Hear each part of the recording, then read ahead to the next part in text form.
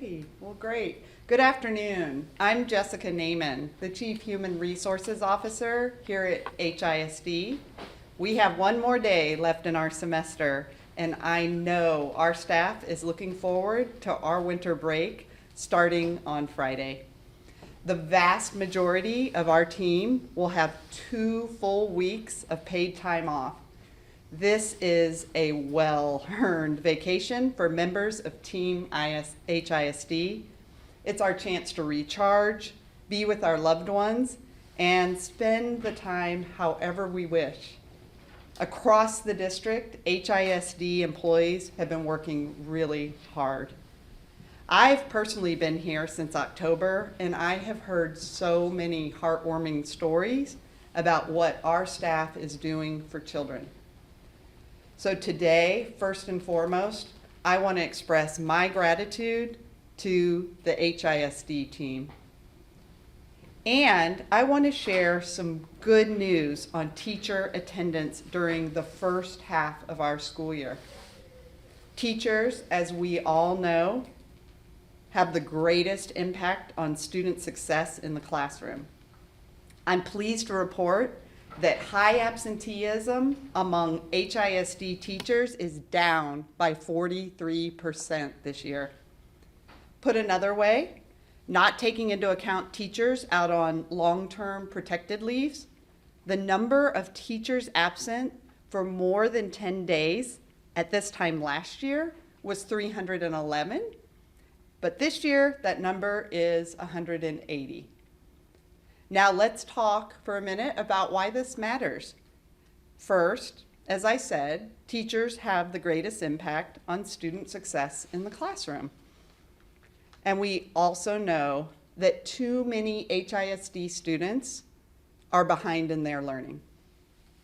This has been the case for years.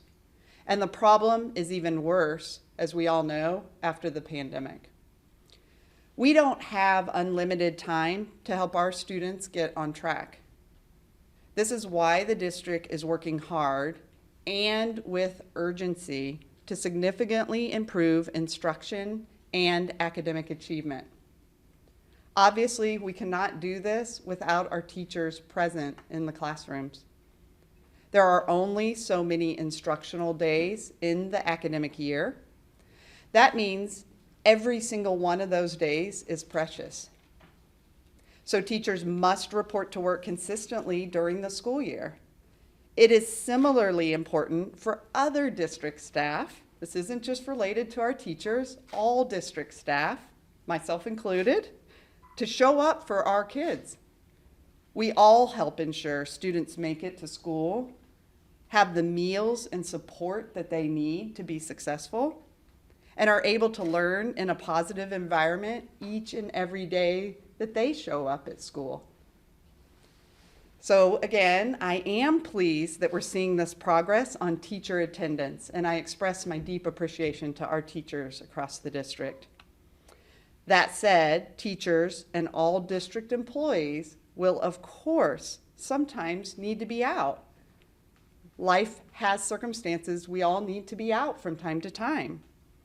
And my team in HR has received questions about HISD's leave policies as stories about these absences and how they're being addressed have come about.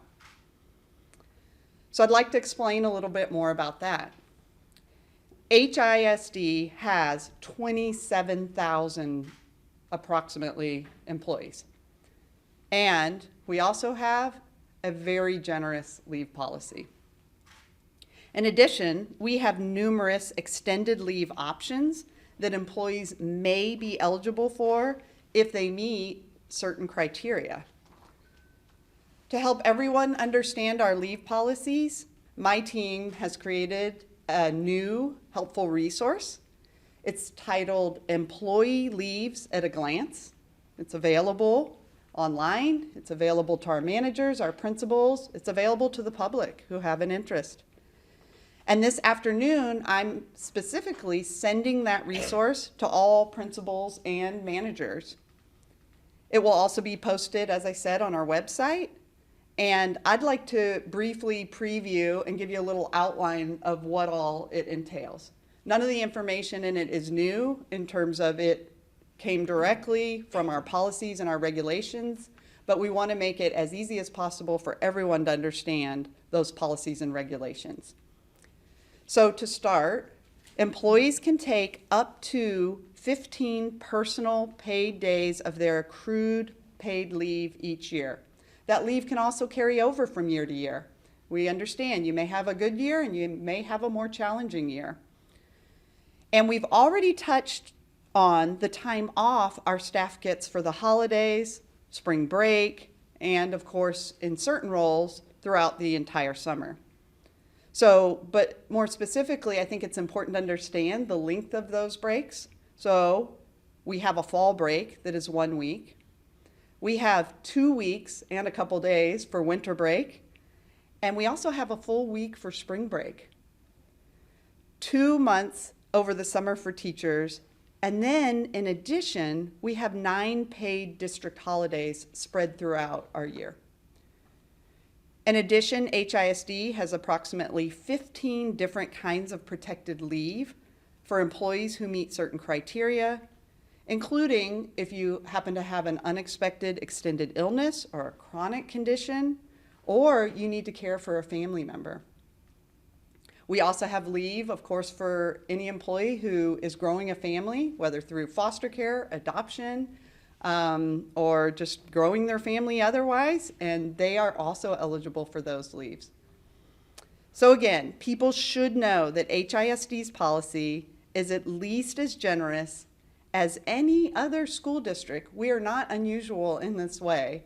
This is very common practice, and HR departments across the state and across the nation strike a balancing act between having our employees have consistent attendance and be there for their students, and of course, being able to address unpredicted or even planned circumstances that they need for personal reasons. Teachers across the district work extremely hard, no doubt. And they understand clearly the gravity of their work and what's at stake. They know that their daily guidance and connections in the classroom can impact and be life-altering for our students' future trajectories. Our employees deserve leave policies that are also fair and consistently applied across all employee groups. I often say it's the same regulation and the same policy that applies to every employee in the district, whether you're in support staff, you're in an instructional role, you work in the superintendent's office. It is the same policy and regulation, and we will continue to be committed to having employees understand we apply it fairly and equitably across the board and in every circumstance. And that's also what our taxpayers expect. We must be good stewards of our public dollars. We're not only legally required, but it's also the morally correct thing to do with the public dollars that are entrusted with us, ensuring they support a school system that is structured to help our students succeed. Everyone in the HISD community benefits when we emphasize how important it is for staff to be at work and when we stick to our policies, acting in ways that are fair to all without one-off exceptions. If we create exceptions, then the very rule we put in place is no longer the rule. And the students we serve, if we stick to this, we are absolutely clear that they will benefit from this consistent application. So, in summary, that is what we continue to do. I know Team HISD is putting in one more day of great work tomorrow, and then we'll enjoy the break and see each other back here in the new year, hopefully rejuvenated. I'm looking forward to continued progress on our staff attendance to build upon that positive statistic that I shared with you at the beginning. Again, we're heading in the right direction. We have an extremely positive trajectory. We can't wait to see the results on our student performance. And I'm ready to see all of the focus and attention on our students that will happen in the spring. Thank you so much, Chief Naiman. We'll now now take questions, starting with those here in the room, and then we will open it up to those who've joined us on Zoom. I'd like to start. Marvin? Hey, hi. That was a very positive speech, and I know from your standpoint, yay team, but it's not so great for somebody who's put in 29 years in working and gets fired because they went over by a few days. How is that conscionable? Yeah, understandable. So, as I mentioned, leave accrual can carry over from year to year to year, and life is curvy. You're going to potentially have a challenging year or maybe a few years in a row. So that's why we front load a certain number of leave days, allow that carryover, and then we have what I like to call series of safety nets that would prevent someone from having the ultimate decision made, separation from employment, if they exceed those leave policies. So as an example, we have a supplemental sick leave bank. That's 30 days of paid leave, not unpaid leave, but paid leave for catastrophic health-related circumstances. So that's just one example of many. So I think what I would do when you are hearing about those situations, and I've given this some thought, I think it's really important to deeply understand what those individual circumstances are. I'm, of course, at a disadvantage in the sense I cannot speak to you openly about an individual employee's situation. I can't do that because I legally can't do that, but also I don't think it's the right thing to do. We greatly respect our employees' privacy, just like I would want my privacy respected in these situations, especially if it's health related and it's personal. But I did kind of brainstorm a list of questions, if I may, that I would encourage you to dig deeper on when you're hearing about these situations. One, get really clear on, did the person actually exhaust their days of accrued personal leave? And why are they exhausting them year after year after year? We have some employees who like that they have a bucket of leave and decide they will take off a day every month or two. When they take that day off, their students will be without them, and their students will be relying on a substitute teacher that day. So some circumstances, they're taking off just because they don't want to report to work that day. Other times, it's because they legitimately cannot report to work that day. So I think it's really important to understand, why did the leave balance get depleted in the first place? And then understand if they are being mindful of, I don't know if I may need a larger bucket of my accrued paid leave in the future, because I'm not sure what will happen in relation to myself or even possibly a family member. So we have several leaves that allow you also to take care of the health of a family member. That includes a parent, that includes a child, and that includes a spouse or a partner. So I like to think of leave a bit like an insurance policy, in the sense of, I personally try to accrue at least 3 months of my leave, because 3 months is a protected one on the list of our protected leaves.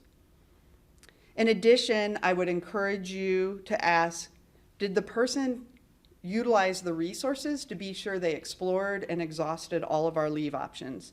So both our principals, our managers, our department heads, we train them regularly on leave administration. We help them compassionately lead. And so that means that they should be familiar with our leaves that are available in unique circumstances.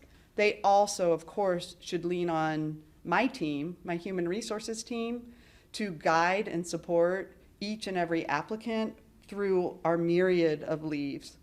So, for example, sometimes an employee may think they're eligible for one type of leave, not actually be eligible for that leave, but we're able to offer up, here's another type of leave we think your circumstances will help you be eligible for, and here's that application process. In addition, if the person did check and was not eligible for protected leave, then dig a little deeper, why were they not eligible? Some of these leaves, for example, a healthcare provider has to provide documentation that we, of course, review, and make sure it meets legal criteria.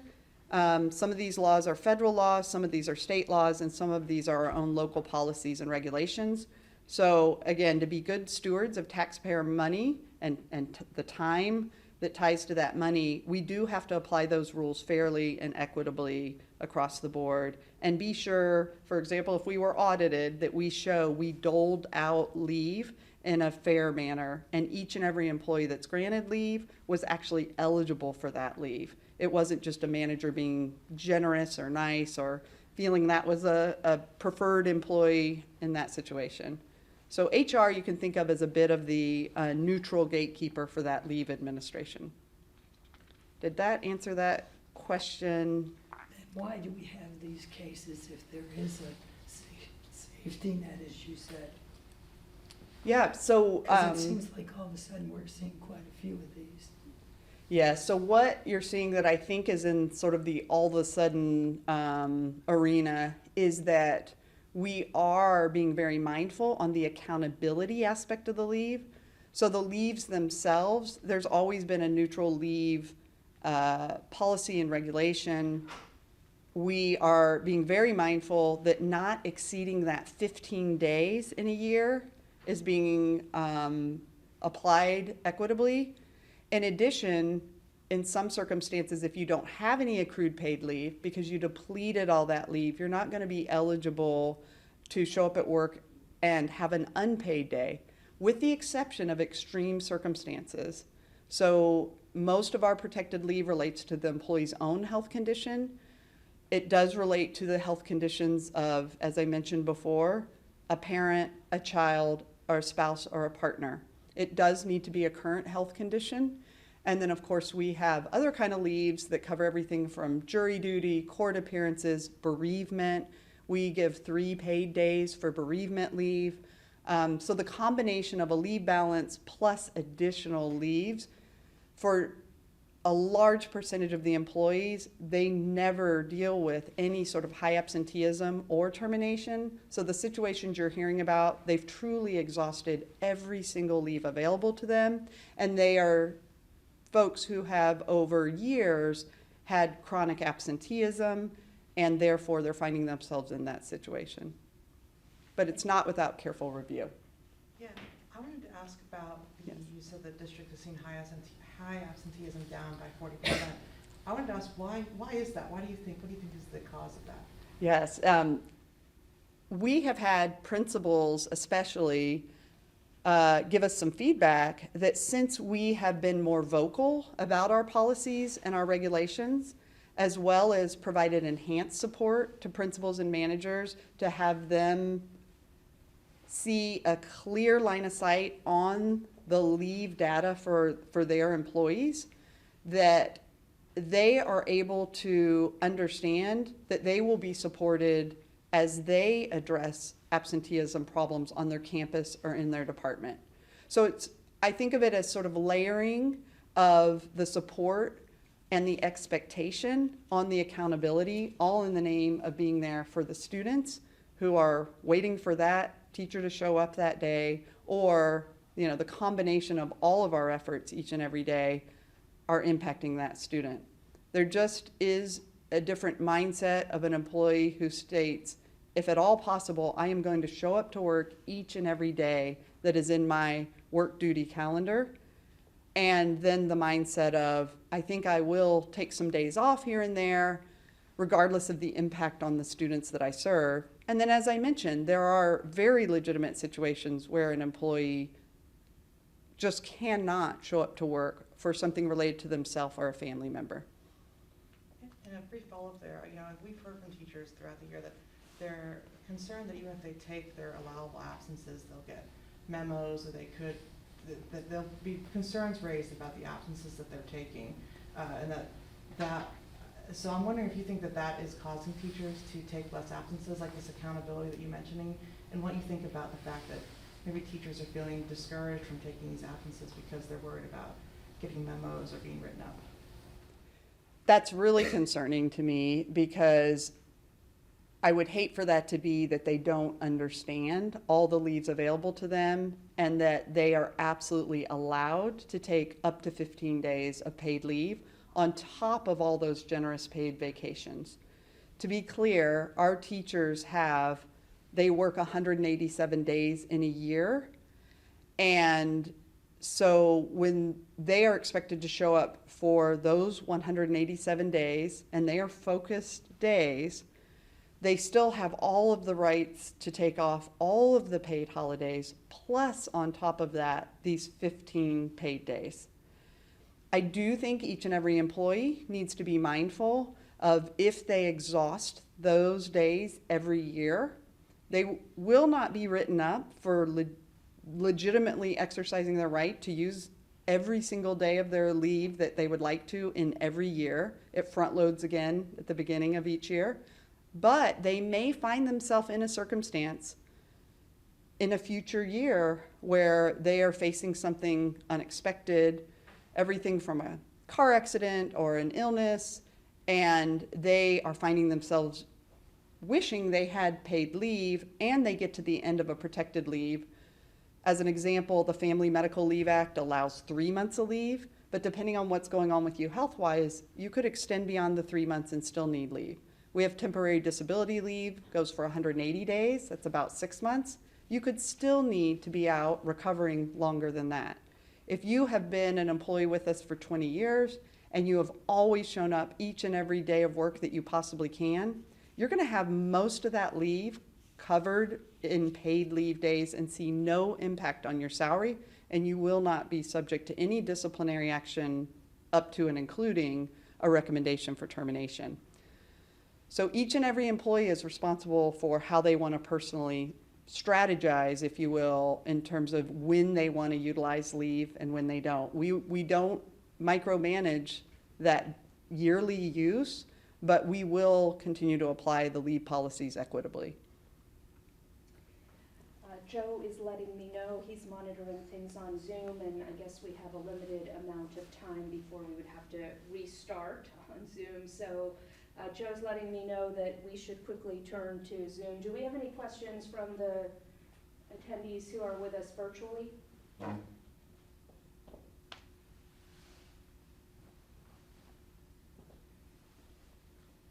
And can you all hear us? Yeah, if you go to the microphone for them to Okay. hear you. Jess, would you mind asking the... You bet. So we're wondering if we have any questions from those participating virtually.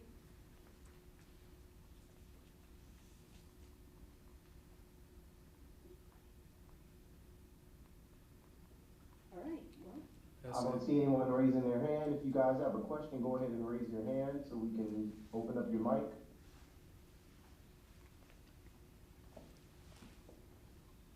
okay, well, it doesn't seem that we have any virtually. Any other questions from here in the room? Yes, please. Since the state intervention, has internal enforcement of leave policies changed in any way in Espanol, if possible?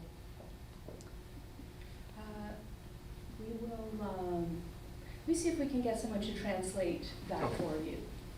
Yeah, English is fine too. Okay, so proceed on answering in English and then, Yes, please. okay. The expectations for students are, of course, an extreme focus since the state takeover. I do not think you can address student success without hand in hand addressing whether teachers are standing in front of students. We call it, how many touch days do we have in front of students? Our students in Houston ISD will be sitting for the same standardized tests as students all across the state of Texas. If Houston ISD is in some way lax on their teacher attendance, just as an example, while surrounding districts or districts anywhere in the state apply their leave policies equitably, it's just common sense that our students are not set up for success. They will not perform as well on those tests if they have less of these touch days, meaning days that teachers are there in front of them. The quality of the education when we have a substitute suffers. We do have some layers of staff in place as well. So not only are we addressing attendance accountability, we also are doing some very creative things in terms of having other professional roles to shore up when a teacher absolutely needs to be out. And I don't want to confuse the enforcement of the leave policies with in any way the district not being compassionate about personal life needs. Because again, as I said, sort of colloquially, life is curvy. And we do understand that each and every one of us will have a circumstance probably sometime in our life where we cannot attend work each and every day. But we highly encourage, especially when students are there, for the staff to be present. Quick follow-up.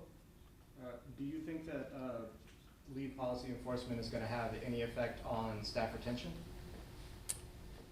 I think we're going to have staff that are all in, and we're going to have staff who have engaged in chronic absenteeism over the years, that this will bother them. And I think that's not a bad thing. The staff that are all in, I will tell you the feedback we've received and received from their managers is a feeling that they're being treated with fairness and equity. We all know if you are the person that shows up and you look to your left and you look to your right and your colleague is once again not in attendance, that can have a negative impact on employee morale.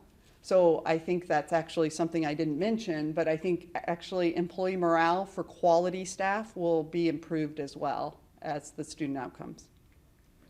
Yeah, I was curious if you have any data on the number of teachers who have left this year, or this month compared to last year. If you know what the cause for that is, if it's because of PTO usage or what the cause of that. We track data very carefully in the spirit of wanting to understand which of our staff choose to stay at Houston ISD, and then if they don't choose to be with us, why? And myriad of reasons, as you can imagine. We have everything from retirements to relocations. So we actually do carefully have the manager in concert with HR complete exit information so that we always have that data. We do have, as part of that data, that they left possibly for exceeding the absenteeism, so long as it's not one of the protected leaves that I mentioned. We obviously, we would know they left because maybe they exhausted a 3-month, a 6-month leave and didn't have any leave available and they chose to resign. The majority of employees will choose to resign rather than being terminated for high absenteeism.